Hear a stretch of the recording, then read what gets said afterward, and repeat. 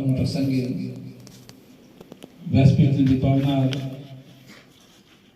સંત શ્રી કીર્તિરામ મહારાજ, મનોપુરી મહારાજ, કનુભારતી મહારાજ, નરસિંહરામ મહારાજ, વિઠોડા સંતોષપુરા કોદરામ ભક્ત મંડળ, બળાદ ભક્ત મંડળ, સંતોષપુરા ગામના ધર્મપ્રેમી ભક્તજનો, માતાઓ તથા બહેનો સર્વેને મારા જય. આજે સંતોષપુરાની ધર્મધરા પર ભોગા બાપાની યાદમાં પરસીભાઈ તથા એમના બધા કુટુંબીજનોએ મળી ભોગા મહારાજની યાદમાં જે ભજન સત્સંગનો સુંદર યોગ રચ્યો એ બદલ એમના તમામ કુટુંબ પરિવારને ખૂબ ખૂબ ધન્યવાદ. તુલસીદાસ મહારાજને કીધું, બડો ભાગ્ય મનુષ્ય તન પાવા. આપણે મોટા ભાગ્યવાળા છીએ કે આપણને મનુષ્યનું શરીર મળ્યું છે. મનુષ્યના શરીરે બીજા બધા જીવોને કેવી તકલીફો છે. ઊંટોને કદી કોઈને કોળિયો બધ્યા, આપણે ભેંસોને ગમે તેવી ટાળું હોય તો એ ગાંઠલું કે એવું કોઈ આલ્યું. એમ વિચાર કરવાનો છે કે મનુષ્યના બધી સગવડો વધારાની કેમ છે?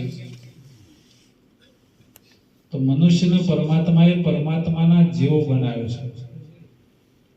અને મનુષ્યના અવતારે 84 ની શરૂઆત થાય છે અને 84 ને જો ટાળવી દેવી હોય તો છેલ્લો ફેરો મનુષ્યનો છે. એટલે સદગુરુને ધારણ કરી અને સ્વ સ્વરૂપને જાણી લેવાથી હું કોણ છું એ જાણી લેવાથી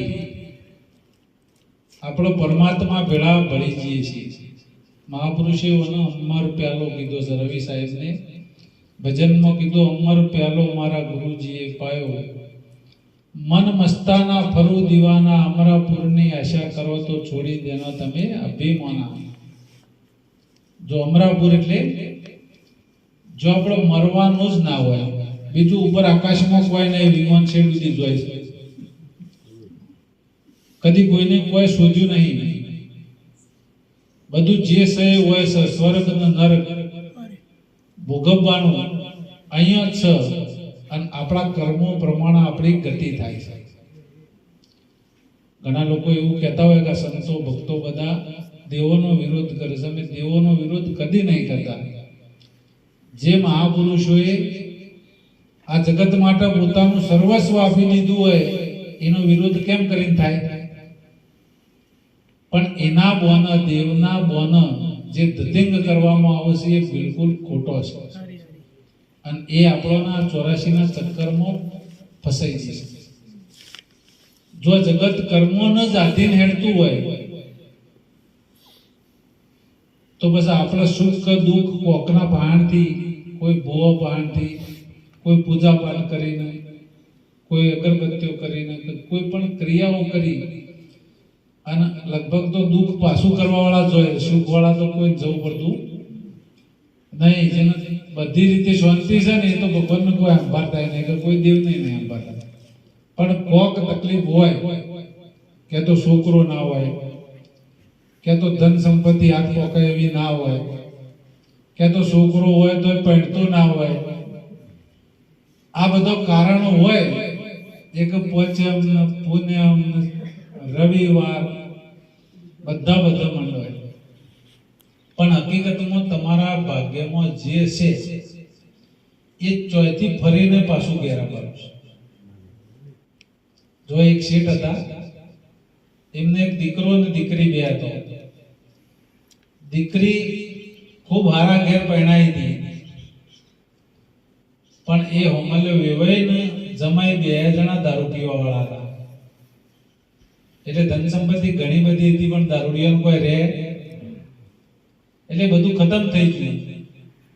એટલે દીકરીની માં હતી ને એ શેઠને કહે કે શેઠ આપણે ઘણું બધું છે અને છોડીને બિચારી દુઃખ છે, તો તમે કોઈક મદદ કેમ નહીં કરતા?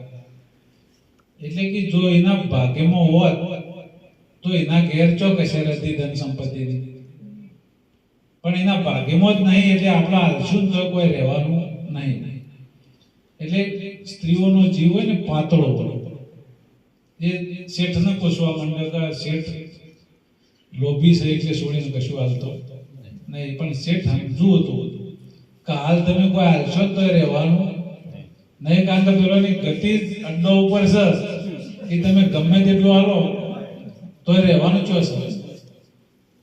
એટલે એક દાડો શેઠ બહાર જતા અને જમાઈ આયા એટલે આ શેઠવાણીને કીધું બેહો જમાઈ તમારા માટે જમવાનું હું બનાવો.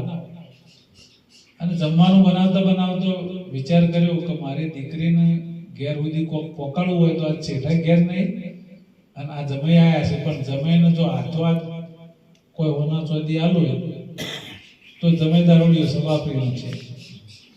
એટલે શેઠવાણી બુદ્ધિશાળી હતા કે જમાઈ માટે જે લાડવા બનાયા એના ભેળું બીજા વધારે લાડવા બનાવી કાઢ્યા 2 કિલો, અને બધા લાડવામાં એક એક રોણી સિક્કાનો એટલે ચોદીનો રૂપિયો એક એક બધા લાડવામાં ગાળી દીધો અને જમાઈને જમાડ્યા. અને જમાઈ કે હું જોઉં છું તો કે આ લાડવા બનાવ્યા છે તે છોડીને ભણિયાના બદલા આલું છું, તમે જતા હોત આલજો કે હારું. પણ આ જમાઈને હવારોનો દારૂ ના પીધેલો, લાડવા હાથમાં આવ્યા કે ખબર પડી કે ઓનું કોક આવશે એટલે બહાર નીકળ્યો. તરત બજારમાં કંદોઈની દુકાનેથી લઈને જો કે ભાઈ આ ચોખ્ખા જીના 2 કિલો લાડવા છે, બોલો કેટલા પૈસા આવશો? એટલે કંદોઈએ કીધું કે ભાઈ 400 રૂપિયા આવું, 200 રૂપિયા કિલોના. એટલે કે લાવો મારા હાથનું તો પીવાનું વ્યવસ્થા થઈ જાય. એટલે જમાઈ એનું કાર્ય કરી અને જતો રહ્યો. જમાઈ જો અને શેઠ ઉતર્યા ગઈ એવા સીધા એમ કે કંદોઈની દુકાનથી કોક શેઠવાણી બલ્લ લેતો હતો. એટલે કંદોયો બેઠો હતો, એને શેઠને જોયા કે શેઠ આવો આવો છે. એક કે ભાઈ કોક હાલ ને શેઠવાણી માટે મીઠાઈ કોક લેતો હતો. એક ચોખ્ખા પ્યોર જીના લાડવા 2 કિલો છે, લઈ જવા છે. એક ચોખ્ખી કાઢી તે પેલા એનું એ પેકિંગ તાજવાન મેળ્યો કે કેટલા પૈસા? એ 600 રૂપિયા. આ શેઠ દ્વારા 200 રૂપિયા કંદોયા નહીં જવાના હશી, ખાલી લાડવા તો આમથી આમ ટ્રાન્સફર જ કર્યા છે ને. શેઠ લઈને ઘેર જાય, શેઠવાણીને ઠેલી જોઈ, શેઠવાણી કે લાડવા જેવી રીતે પાછા આવ્યા? કેવું લાયા છે? કે લાડવા લાયા. કેટલાથી લાયા? કે કંદોયા નહીં થી. એટલે શેઠવાણી મેળ્યા પછી એક લાડુ તોડીને જોયું કે આ મારા વાળા જ છે. એટલે શેઠવાણીને કીધું કે શેઠ તમે જે કહેતા હતા ને કે ભાઈ જે જેના ભાગ્યમાં નહીં ને એ કદી નહીં મળવાનું, અને જેના ભાગ્યમાં છે ને એથી 2-4 ગોમ ફરીને પાછું ત્યો. એટલે કર્મોના આધીન આ જગત હેડા છે. આપણા જે પ્રારબ્ધમાં આપણા નસીબમાં જે નિર્માણ થયેલું છે એમાંની કશું આખું પાછું નહીં થઈ શકે. પણ કર્મ 3 પ્રકારનો હોય. એટલે ક્રિયામાં કર્મ કરવાનું આપણા હાથમાં હોય. આપણે નવું જે વાવેતર કરીએ છીએ કર્મોનું, એ જેવું કરવું એ આપણા હાથમાં હોય છે. અને એ જો શુભ કર્મો કરીએ આપણે તો આપણો અવતાર સાર્થક જાય. પણ મૂળ આપણા ભગવદ્ ગીતામાં કર્મોના બધા સિદ્ધાંતો લખેલા જ છે, પણ આપણે હો ફેરા વચ્ચે ને તો જો સુધી જેના જાણકાર છે એને ના પૂછે ને ત્યાં સુધી ખબર ના પડે, મોને નથી પડતી. પણ ગુરુ ધારણ કરીએ, મનુષ્ય જ ગુરુ હોય, અને એના અંદર જે પણ ભ્રમણાઓ હોય એ ગુરુનું પૂછન ગુરુ જવાબ આપે, એના લીધે આપણને જ્ઞાન થાય. શાળામાં એવું હોય, શિક્ષક જો 1 થી 12 ચોપડો જોતો હોય તો બજારમાં બધો મળે, પણ છોકરું શિક્ષક પહાણ જ તૈયાર થાય અને પછી શિક્ષક બની ગયો, ડોક્ટર બની ગયો, એન્જિનિયર બની ગયો. એમ પરમાત્માનો માર્ગ કયો છે અને કેવા કર્મોના અનુસંધાને જવું એ સંતો આપણને શીખવાડે. બીજું આપણા ભાગ્યમાં હોય તો ભક્તિ એ મળે. અને ત્રીજું આપણને એક સંગ દોષ છે.